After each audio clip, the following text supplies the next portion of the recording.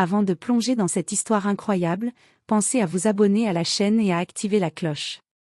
Ici, chaque récit a quelque chose à dire, et vous ne voudrez pas en manquer un seul. Le vent glacial de janvier sifflait entre les gratte-ciel de Manhattan, mordant la peau des passants pressés. Dans la station de métro bondée de Times Square, le tumulte des voyageurs formait un vacarme incessant, les rails vibraient sous les trains, les annonces résonnaient à intervalles réguliers, et les semelles martelaient le sol dans un rythme frénétique.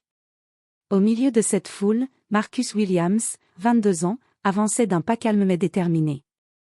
Étudiant en droit à Columbia University, Marcus portait son sac à dos sur une épaule et écoutait de la musique dans ses écouteurs, tentant de se concentrer sur le cours de droit constitutionnel qu'il venait de suivre. Ses yeux marrons scrutaient distraitement les visages autour de lui, des hommes d'affaires pressés, des touristes ébahis par l'agitation, des mères tirant des poussettes.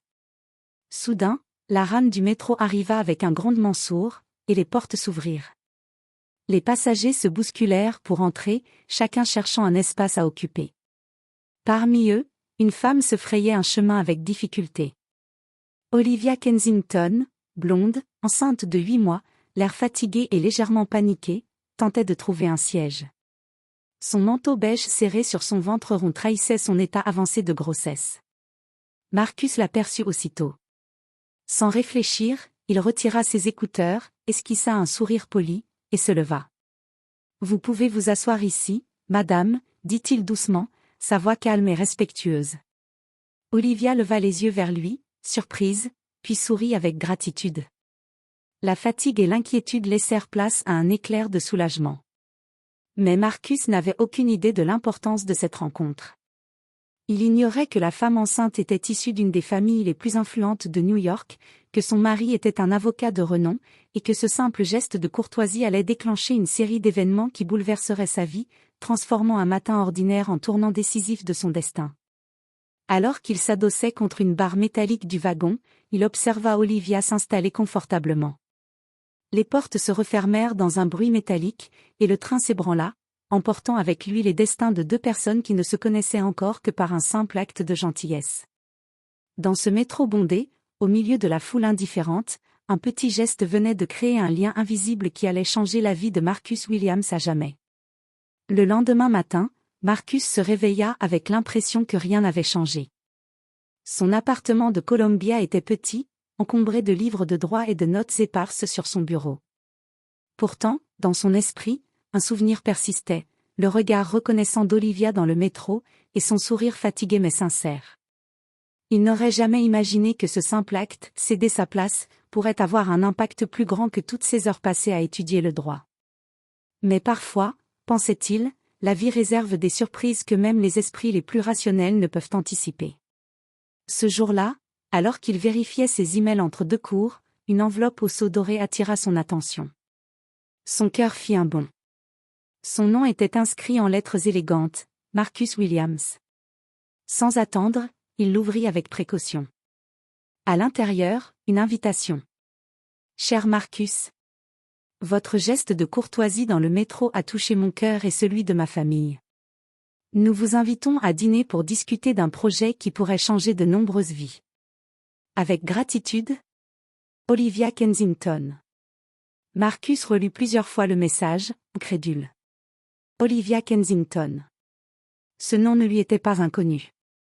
Les Kensington étaient une famille influente, liée aux affaires, à la philanthropie et à la haute société new-yorkaise. Marcus, un étudiant issu d'un quartier modeste, se demanda s'il n'avait pas rêvé.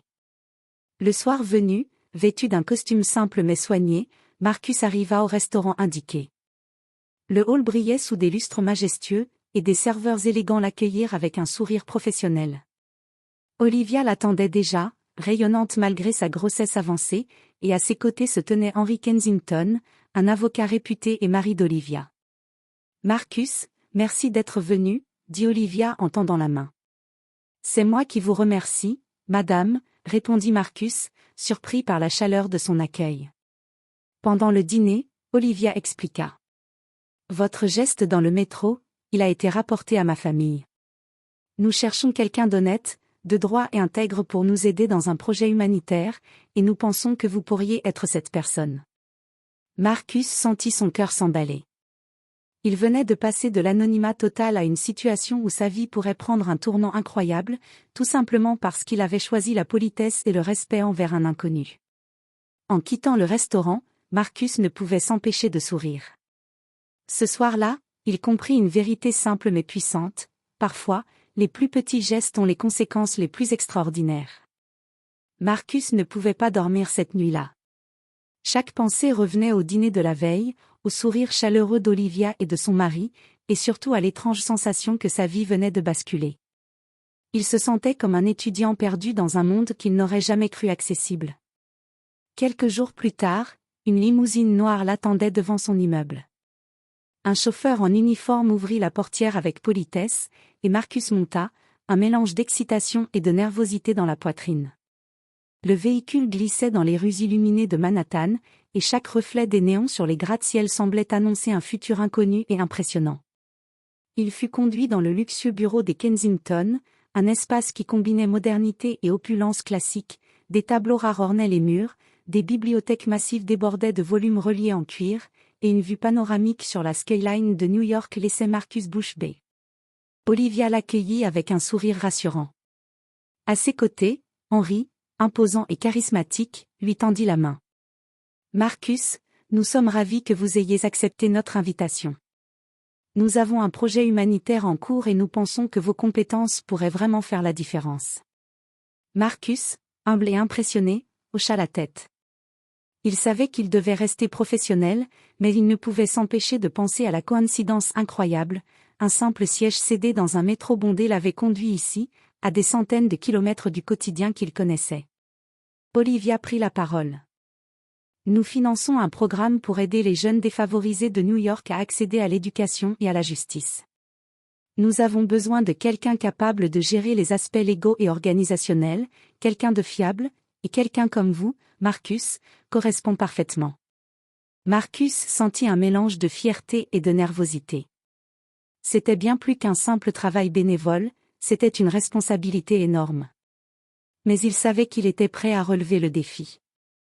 Au fil des semaines suivantes, Marcus se retrouva impliqué dans des réunions avec des avocats influents, des responsables de fondations et même des politiciens locaux. Chaque conversation, chaque décision, le rapprochait d'un monde dont il n'avait jamais rêvé. Pourtant, à chaque instant, il se rappelait ce matin dans le métro et souriait intérieurement: tout avait commencé par un simple acte de gentillesse. Mais Marcus n'avait encore aucune idée que ce projet, ce monde de pouvoir et d'influence, allait bientôt le confronter à des secrets bien plus grands que ce qu'il imaginait, et que sa vie allait changer d'une manière encore plus spectaculaire qu'il ne pouvait l'anticiper. Quelques semaines plus tard, Marcus se tenait dans le hall du Metropolitan Museum of Art, invité à un gala philanthropique organisé par la famille Kensington. Les lustres étincelaient au plafond, les serveurs circulaient avec des plateaux de cristal, et la salle résonnait des conversations feutrées de la haute société new-yorkaise. Marcus se sentait nerveux mais fier. Ce monde lui semblait irréel: des hommes en costume sur mesure, des femmes parées de robes élégantes, des journalistes captant chaque mouvement pour immortaliser la soirée. Et lui, un simple étudiant qui avait un matin cédé son siège dans un métro.